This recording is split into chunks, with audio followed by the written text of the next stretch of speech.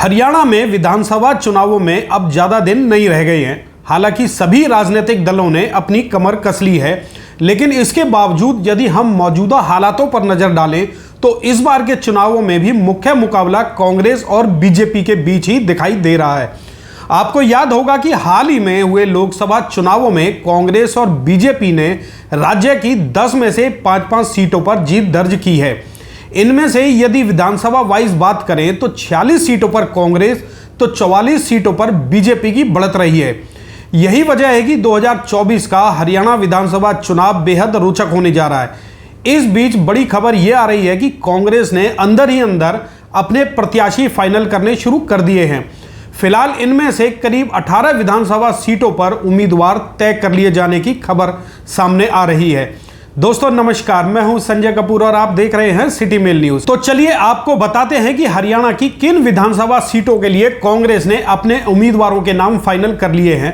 सबसे पहले बात करते हैं गढ़ी सांपला किलोई विधानसभा सीट की, जिसे सीधे तौर पर पूर्व सीएम भूपेंद्र सिंह हुड्डा का गढ़ माना जाता है और वहां उनका एक छत्र राज भी है। ऐसे में श्री हुड्डा इस सीट से ही चुनाव लड़ेंगे। यह सीट उनके लिए एक तरह से रिजर्व कर दी गई है। कलानौर आरक्षित सीट से एक बार फिर से कांग्रेस शकुंतला खट्टक पर ही दांव खेल रही है। वहीं झज्जर से गीता भुक्कल भी कांग्रेस के उम्मीदवारों की लिस्ट में शामिल है। बेरी से डॉक्टर रघुवीर कादियान की टिकट फाइनल कर दी गई है। ये सभी न केवल कांग्रेस के वरिष्ठ नेता हैं बल्कि हुड्डा खेमे के वफादारों में भी शामिल हैं। अब बात रेवाड़ी की तो वहां से एक बार फिर से कांग्रेस पूर्व मंत्री कैप्टन अजय यादव के बेटे चिरंजीव यादव को टिकट देने जा रही है। चिरंजीव इस सीट से मौजूदा विधायक भी हैं और उनका इस सीट पर अच्छा खासा प्रभाव है। एक तरह से कांग्रेस इस सीट को विनिंग सीट भी मानकर देख रही है। सिरसा के डबवाली विधानसभा सीट के लिए एक बार फिर से मौजूदा विधायक अमित शाह पर ही दांव खेला जा रहा है। कांग्रेस को उन पर पूरा भरोसा भी है और उनकी टिकट को भी फाइनल कर लिए जाने की खबर है। वहीं बात करें कालका सीट की तो वहां से मौजूदा विधायक प्रदीप चौधरी को ही टिकट दी जाने की बात सामने आ रही है।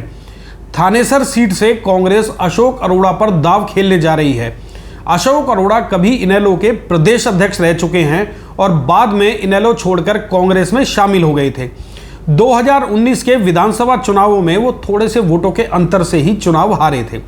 अब बात करते हैं मेवात जिले के नूह की, तो वहां से कांग्रेस आफ्ताब खान को उतारने जा रही है। आफ्ताब खान के बारे में आपको बता दें कि वो कांग्रेस के वरिष्ठ नेता चौधरी खुर्शीद अहमद के बेटे हैं और हरियाणा के बड़े नेताओं में उनकी गिनती होती है। मेवात में अच्छा खासा प्रभाव रखने वाले आफ्ताब खान कांग्रेस में मंत्री रह चुके हैं। वहीं बड़ौदा से कांग्रेस ने इंदुराज भालू का नाम लगभग फाइनल कर लिया है। कालावाली सीट से शीशपाल कहरवाला का नाम भी लिस्ट में शामिल बताया जा रहा है। जबकि गन्नौर से कांग्रेस अपने वरिष्ठ नेता और पूर्व विधानसभा अध्यक्ष कुलदीप शर्मा का टिकट फाइनल कर चुकी है। आपको बता दें कि पिछले दिनों चर्चा थी कि कुलदीप शर्मा कांग्रेस छोड़कर बीजेपी ज्वाइन करने वाले हैं, जिसके बाद पूर्व सीएम भूपेंद्र सिंह हुड्डा सक्रिय हुए और कुलदीप शर्मा को बीजेपी में जाने से रोक लिया। फिलहाल कुलदीप शर्मा का नाम टिकट उम्मीदवारों में फाइनल माना जा रहा है। अब बात करते हैं फरीदाबाद लोकसभा क्षेत्र की, तो यहां से भी लगभग 9 में से 5 सीटों पर उम्मीदवारों के नाम फाइनल माने जा रहे हैं। इनमें सबसे पहला नाम है होडल विधानसभा का, जहां से कांग्रेस ने प्रदेश अध्यक्ष उदय भान का नाम फाइनल कर लिया है। दूसरा नाम है पलवल से पूर्व मंत्री करण सिंह दलाल का, जो कि लोकसभा टिकट ना मिलने से अभी तक नाराज माने जा रहे हैं। आपको बता दें कि दलाल और पूर्व सीएम भूपेंद्र सिंह हुड्डा समधी हैं। पिछले दिनों दलाल के भी बीजेपी में जाने की खबर आई थी, परंतु चर्चा है कि दलाल और बीजेपी के बीच कुछ मुद्दों पर सहमति नहीं बनी, जिसके बाद अब यह खबर ठंडी पड़ गई है। पलवल जिले में फिलहाल ये 2 सीटें फाइनल है। वहीं बात करें एनआईटी विधानसभा सीट की, तो कांग्रेस इस सीट से एक बार फिर से मौजूदा विधायक नीरज शर्मा को टिकट देने का निर्णय ले चुकी है। नीरज शर्मा ने अपने कार्यकाल में न केवल विपक्ष की भूमिका को जिंदा रखा है, बल्कि विधानसभा में बीजेपी सरकार के खिलाफ तमाम मुद्दों को प्रमुखता से उठाया भी है।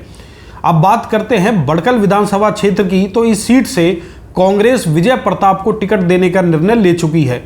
विजय प्रताप पूर्व मंत्री महेंद्र प्रताप के बेटे हैं और हाल ही में लोकसभा चुनाव भी महेंद्र प्रताप ने लड़ा था। वहीं विजय प्रताप दूसरी बार बड़कल क्षेत्र से चुनाव लड़ने की तैयारी कर चुके हैं। 2019 के चुनाव में विजय प्रताप करीब 2800 वोटों के अंतर से मौजूदा शिक्षा मंत्री सीमा त्रिखा से हारे थे। 2019 के चुनाव में विजय प्रताप करीब 2800 वोटों के अंतर से मौजूदा शिक्षा मंत्री सीमा त्रिखा से हारे थे। समझा जा रहा है कि कांग्रेस विजय प्रताप को दोबारा से अपना उम्मीदवार बनाने जा रही है। वहीं तिगांव क्षेत्र से पूर्व विधायक ललित नागर का नाम भी लगभग फाइनल माना जा रहा है। आपको यह भी बता दें कि प्रथम चरण की सूची में शामिल अधिकांश नाम पूर्व सीएम भूपेंद्र सिंह हुड्डा ग्रुप से ही हैं। दरअसल हरियाणा कांग्रेस में टिकटों को लेकर हुड्डा और कुमारी शैलजा में टकराव भी हो सकता है, परंतु माना जा रहा है कि जिस तरह से लोकसभा चुनाव में भूपेंद्र सिंह हुड्डा का जादू चला है, ठीक उसी तरह से विधानसभा चुनाव में भी हुड्डा खेमे को ही सबसे अधिक टिकट मिलने की संभावना है। फिलहाल चुनाव की घोषणा होना बाकी है, लेकिन कांग्रेस दमदार तरीके से चुनाव लड़ने को तैयार है। यही वजह है कि अंदर ही अंदर कांग्रेस अपने जिताऊ उम्मीदवारों को लेकर पूरी तरह से गंभीर हो गई है। कांग्रेस हर हाल में सत्ता में आना चाहती है। अब देखना यह होगा कि आखिर भूपेंद्र सिंह हुड्डा की रणनीति कितनी सफल रहती है।